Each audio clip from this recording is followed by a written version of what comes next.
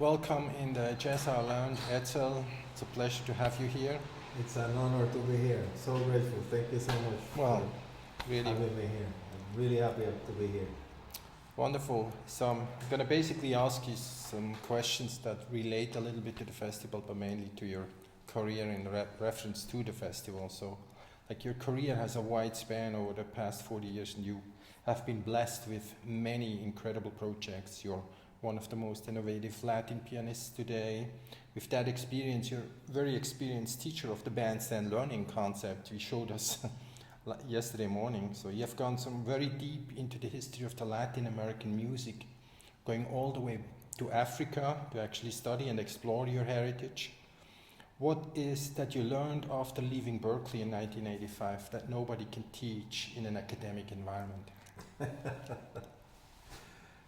That's very, very interesting question. Because I've always felt that there's something missing in the education that we have there, which is how to survive with the music. We learn the music inside out and we learn all these things, but skills you need to develop to be able to survive as a musician. For example, your social skills, how to be a sideman, how to fit in a certain band, how to be do what you are supposed to do rather than do what you want to do. They don't teach that in school.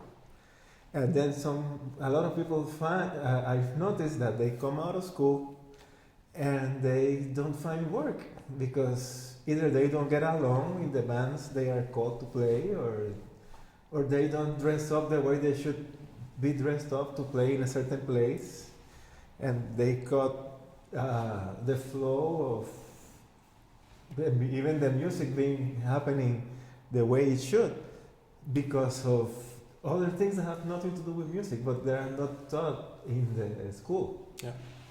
Also, another thing is we didn't get the business of the music orientation, basically. At our time in Berklee, and maybe now there is, but when I left, I didn't really know much about how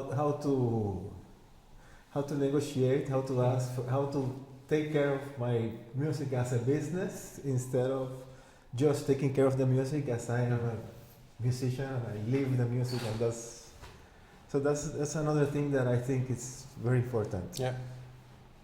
What about, did you feel like you were prepared for repertory to really work in different bands? I felt I was musically prepared to take several different challenges that actually had the blessing of being faced with.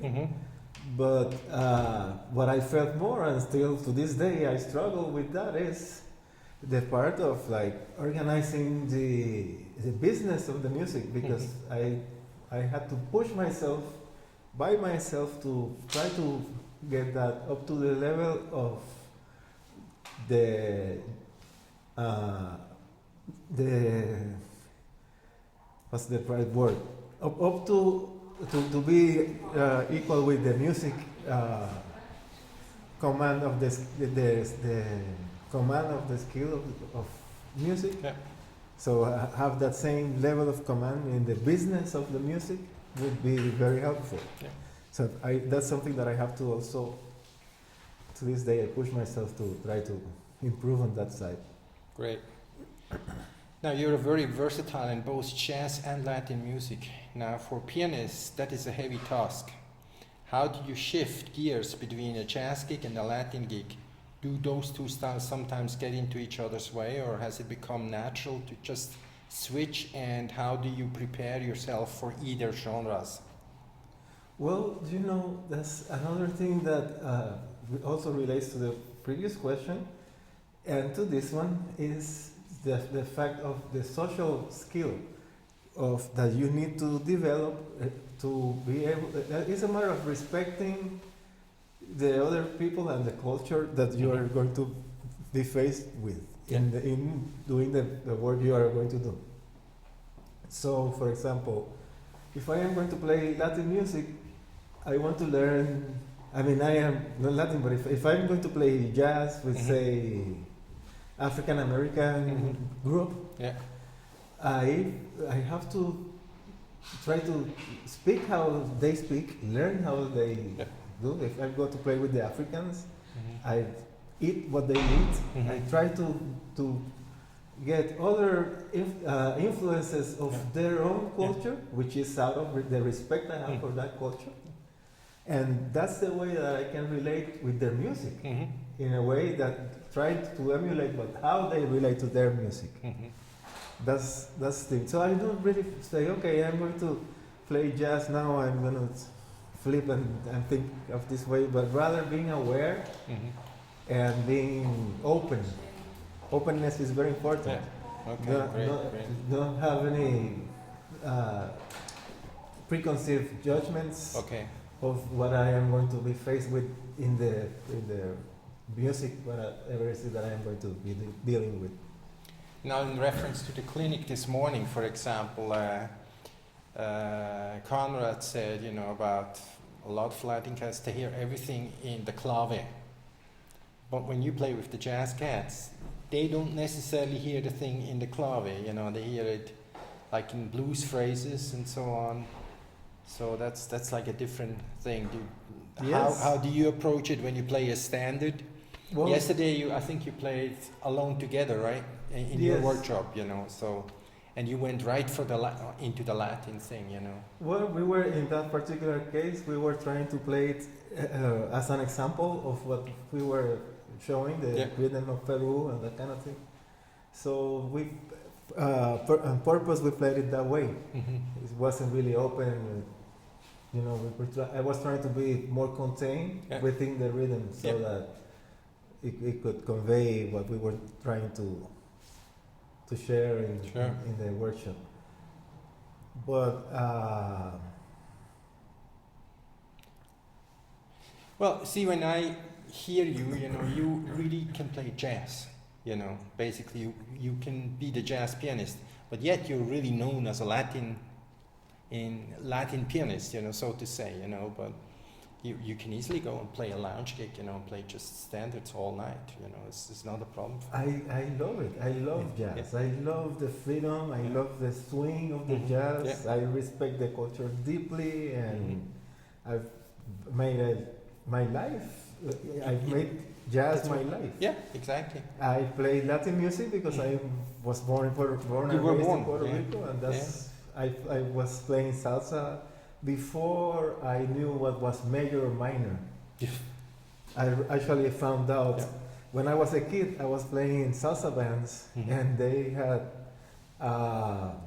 other pianists that were much better than me, and they could play much better than me. But the bands hired me because I was a kid, and they didn't have to pay me. Wow! So that's how I found out. And then by asking and saying, okay, if it goes down, it's minor. If it goes up, it's major. It makes sense, right? Yeah. And then that's how. Then when I went to Berklee, I already knew all the sounds. I just had to put the names to them. Yeah. So my last question: if you had your own school, where would be the emphasis for you to focus on? What is important about music education? What do you consider less important? I wouldn't say what I consider less important. I haven't considered anything that would be less important. I do consider music education fundamental for every student, no matter if it's going to follow a career in music or not.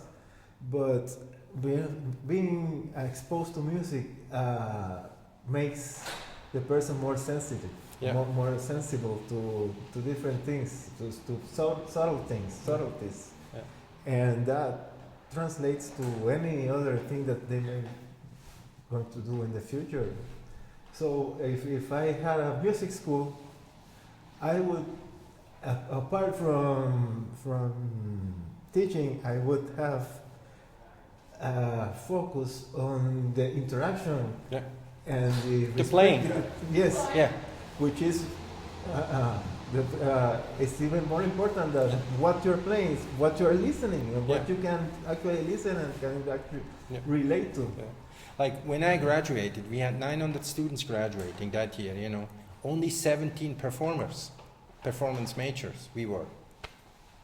So, you know, it starts to go into an academia situation, you know. Yes. For me, that's my personal thing, but obviously you don't feel that too much, I guess. You never thought about it, you know. I never thought about it. Yeah. I thought more of the, I mean, the fact that I was studying music was Yeah. already great Yeah, for me. I of wanted course, to yeah, get everything, but after all these years, if I were to have a school, Mhm. I would have all these things included Yeah.